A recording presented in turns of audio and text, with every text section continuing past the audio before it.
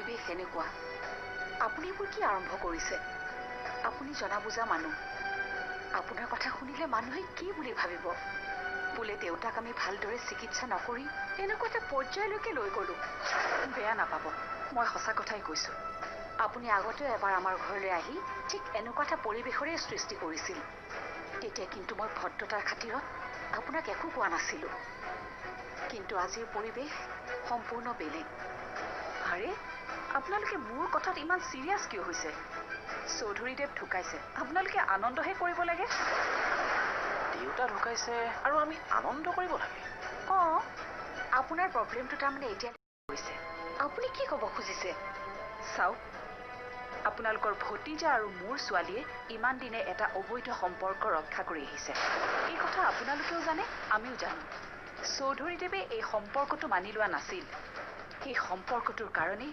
আপোনালোকৰ বোৱাৰীজনীও ঘৰ এৰি গুচি গ'ল চৌধুৰীদেৱে এই সম্পৰ্কটো বিৰোধিতা কৰিছিল কিন্তু আমিতো সকলোৱে সমৰ্থন কৰিছোঁ তেখেতৰ মৃত্যুৰ পাছত আমাৰ সকলোৰে ৰাস্তা মুকলি ইচ্ছা কৰিলে আমি দুয়োখন ঘৰ একেলগ হ'ব পাৰোঁ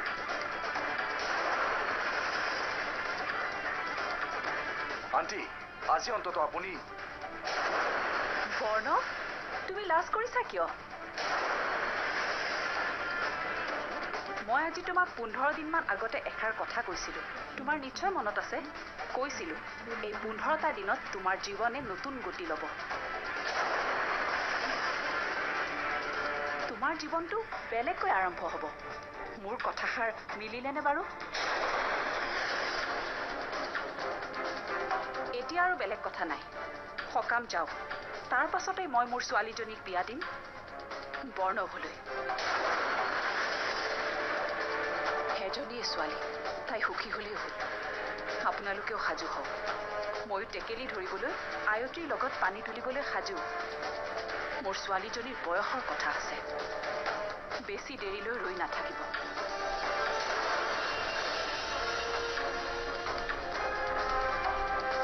মই আজিয়ে তেখেতলৈ ফোন কৰিম কম নতুন মিতিৰ ওলাইছে তুমি সোনকালে ঘৰলৈ উভতি আহা এতিয়া মই আহিছোঁ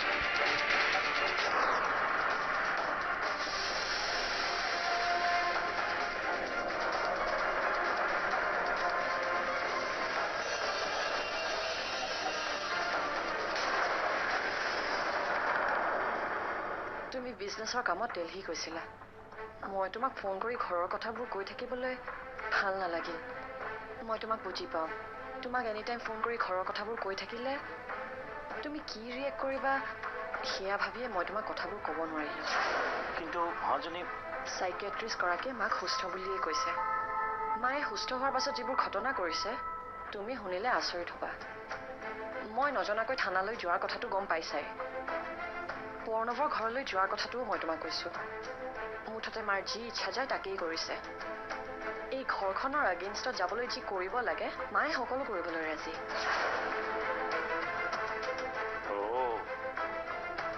সেইকাৰণে এতিয়া বৰ্ণভহঁতৰ ঘৰলৈ গৈছে অঁ অকল সেয়াই নহয় প্ৰয়োজন হ'লে আইচিজনকো লগ কৰিব তোমাৰ এগেইনষ্টত যদি কিবা ক'ব লগা থাকে সেয়াও ক'ব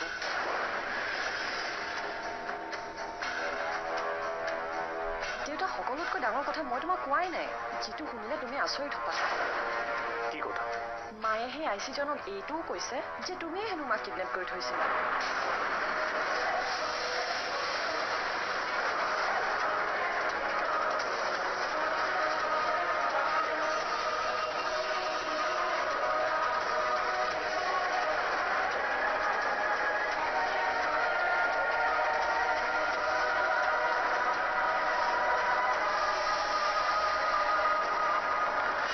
পুত্ৰৰ অসৎ কাৰ্যৰ বাবে তেওঁৰ পিতৃ মাতৃৰ পৰলোক প্ৰাপ্তি ঘটিল এতিয়া সেই পিতৃ মাতৃৰ মৃত্যুৰ খবৰ শুনি পুত্ৰ শোকত ব্যাকুল হৈ পৰিল ব্ৰাহ্মণ আনি বেদৰ মন্ত্ৰপাঠ কৰি পূজা কৰে নিজৰ পাপবোৰ ধোৱাবলৈ শান্তি পানী খায় পিতৃ মাতৃৰ আত্মাই ভোজন পাওক বুলি নৈৰ বুকুত পিণ্ডদান দিয়ে কিন্তু জীৱিত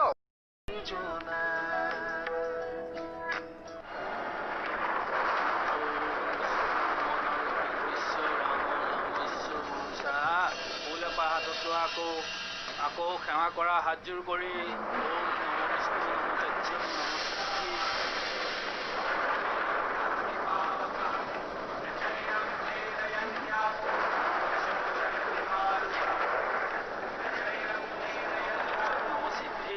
ইয়াতে তুলসীৰ পাত এটা দিয়া। এয়া কি কৰিছে দেই? কি কৰিছো দেখা নাই? তুমি কোন হে? মই বৰ্ণৱৰ বন্ধু। আজি মৃতকৰ তৃতীয় দিন, তিলনি কৰিছো। এইবোৰ এনেকৈ কিয় কৰিছে? এইবোৰ কৰি এনেই মিছামিছি সময় নষ্ট, একো লাভ নাই এইবোৰ কৰি। ৰতন, তই এইবোৰ কি কৰিছ?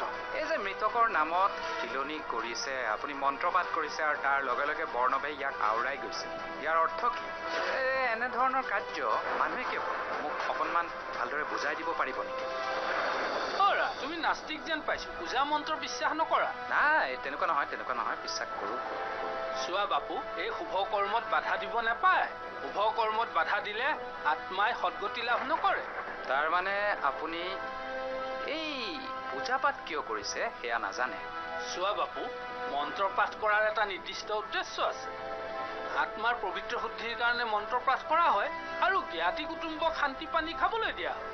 যদি কেতিয়াবা জ্ঞাতি কুটুম্বই অপবিত্ৰ কাম কৰে, এই শান্তি পানী গ্ৰহণ কৰাৰ পিছত দেহ মন শুদ্ধ হৈ পৰে। আৰু আত্মাৰ সদ্গতিৰ কাৰণে আমি মন্ত্ৰ পাঠ কৰোঁ, যাতে তেওঁৰ আত্মাই ঈশ্বৰৰ ওচৰত স্থান পায়। আৰু আমি আজি তৃতীয় দিন, তিলনিৰ দিনা মৃতকক আমি পিণ্ডদান কৰোঁ, যাতে মৃতকে পিণ্ডখিনি খায়। আৰু এই পিণ্ডখিনি মৃতকেতো নিজে খাবলৈ নাহে, সেইকাৰণে আমি নৈত উটুৱাই দিয়া হয়। সংক্ষেপে কথা এইখিনি, যদি কোনোবা জ্ঞাতি কুটুম্বই মুখাগ্নি কৰে, তেওঁ পিণ্ডদান কৰে। এই পিণ্ডদান নকৰালৈকে আত্মাই ভ্ৰমি ফুৰে আৰু আমি মন্ত্ৰপাঠ কৰি আত্মাৰ সদ্গতিৰ কাৰণে প্ৰাৰ্থনা কৰোঁ। আচ্ছা, কিন্তু দেউ, আপুনি মোক এটা কথাৰ উত্তৰ দিয়কচোন। এজন ব্যক্তিৰ জীৱিত অৱস্থাত যদি সেই আত্মীয় কেৱল অশান্তি দিয়ে, তেতিয়া সেই আত্মীয় মৃতকৰ আত্মাই পিণ্ড গ্ৰহণ কৰিব নাই? সত্য কথাটো যদি এনেকুৱা হয় যে এজন পুত্ৰৰ অসৎ কাৰ্যৰ বাবে তেওঁৰ পিতৃ মাতৃৰ পৰলোক প্ৰাপ্তি ঘটে, এতিয়া সেই পিতৃ মাতৃৰ মৃত্যুৰ খবৰ শুনি পুত্ৰ শোকত ব্যাকুল হৈ পৰে। ব্ৰাহ্মণ আনি বেদৰ মন্ত্ৰপাঠ কৰি পূজা কৰে, নিজৰ পাপবোৰ ধোৱাবলৈ শান্তি পানী খায়, পিতৃ মাতৃৰ আত্মাই ভোজন পাওক বুলি নৈৰ বুকুত পিণ্ড। সেই আত্মাই কেৱল এই মন্ত্ৰ শুনি জানো শান্তি লাভিব? বেয়া নাপাব। মই মোৰ এই মনৰ কথাখিনিয়ে কৈছোঁ।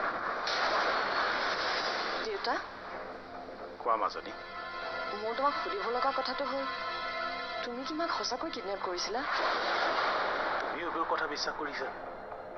নাই দেউতা, কিন্তু মই এবাৰ তোমাৰ মুখৰ পৰা শুনিব খুজিছোঁ। মায়ে তোমাৰ কথা সেই আইচিজনৰ আগত ইমান বিশ্বাসত কেনেকৈ ক'ব পাৰিলে? মাজনী, মই অনুক কিয় তেনেকুৱা কৰিম? নিজৰ পত্নীক মই তেনেকুৱা কৰিব নোৱাৰো। চাইকিয়াট্ৰিষ্টজনে যিমানেই নকওক, মোৰ লাগিছে অনু এতিয়া সম্পূৰ্ণ সুস্থ হোৱা নাই। নহ'লে এজনী সুস্থ মানুহে নিজৰ হাজবেণ্ডৰ এগেইনষ্টত ক'বনে? আইচিজনে এইবাৰ তোমাৰ পাছত বৰ বেয়াকৈ পৰিছে। এনেকৈ হ'লে এদিন তোমাৰ প্ৰেষ্টিজ বুলি একো নাথাকিব। এতিয়া এই কথাবোৰ তুমি কেনেকৈ চিজিল লগোৱা, তুমি সেইটো ভালকৈ জানা। মই বুজিছোঁ। মই আইচিজনৰ লগত কথা পাতিম।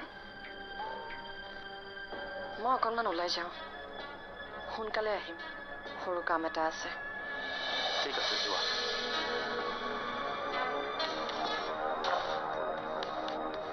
আচ্ছা, মই কিছুদিন নাথাকোঁতেই সকলো খেলি মেলি হৈ গ'ল। ইয়াৰ পুতক মই তুলিম। মই নিজেই সকলোবিলাক মোৰ নিজৰ মতেই চিজিল কৰিম। এই আইচিটোক মই চাই ল'ম। এতিয়াও মোক চিনি পোৱা নাই কোনেও। চা প্ৰদ্যুম্ন,